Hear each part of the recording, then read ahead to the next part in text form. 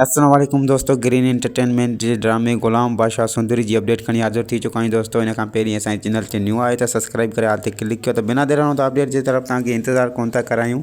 जी दोस्तों, तव्हांखे ॿुधाईंदो वञा त हिन में जेको इमरान अशरफ जो रोल आहे त हिकु डॉक्टर जो रोल आहे ऐं हू ग़रीबनि जी मदद करे थो दोस्तों। ऐं हुनखे रोकियो थो वञे त तूं ग़रीबनि जहिड़ो न आहीं, तूं ग़रीबनि सां जेको आहे त ग़रीबनि जहिड़ो न थी, तूं हिकु अमीर आहीं। हिकु अमीर जो पुटु ॾेखारियो आहे दोस्तों, जेको हुनजी मदद करे थो ग़रीबनि जी, डॉक्टर जी सूरत में मसीहा थी वियो आहे दोस्तों। ऐं ॿिए तरफ़ हिन जो दोस्त आहे बादशाह नाले सां दोस्तों, जेको जंहिंजी तकलीफ़ ही पंहिंजी तकलीफ़ थो सम्झे दोस्तों। त उन जी दोस्त जो जेको आहे त उन जी वरी ॿी रहणी कहणी आहे, उनजी माना नशे में हे हो नशे वारी हालत में रहे थो दोस्तों घणी क़दुरु।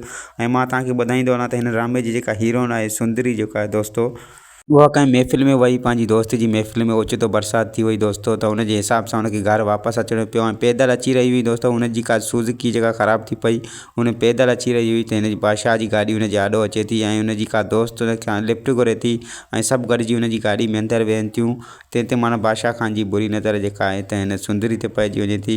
ऐं सुंदरी जीअं ई वरी गाॾी मां वापसि लहे थी, जिते ब्रेक थिए थी उते लहे थी, त हू बादशाह ख़ान हुनखे रोके थो ऐं हुनखे जेको आहे त धमकाए करे ऐं इहो चवे थो त हिकु राति जा तूं घणा वठंदी आहीं। माना हुनजे पेरनि में जेको घुंघरू ॿधल आहिनि, त हुनखे का तवाइफ़ या अहिड़े हिसाब सां को सम्झी वञे थो त हिकु राति जा घणा वठंदी आहीं, तूं मूं वटि हल दोस्तों। त हुन ते जेको आहे त सुंदरी खे कावड़ अची थी वञे ऐं हू जेको आहे त बादशाह जे मुंहं ते चमाट हणे थी दोस्तों। ऐं नेक्स्ट एपिसोड जेको अचण वारो आहे त उहो बि हिन ड्रामे जो ज़बरदस्त थियण वारो आहे।